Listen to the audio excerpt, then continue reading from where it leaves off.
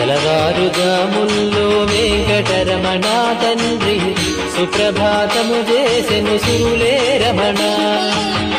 పంచామృతములతో వెంకటరమణ తండ్రి నిత్యాభిషేకములే నిత్యము రమణ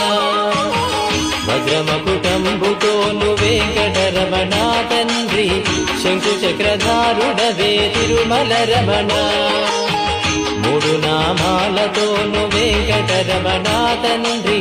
ముల్లోకములు ఏడడి మూర్తి విరమణ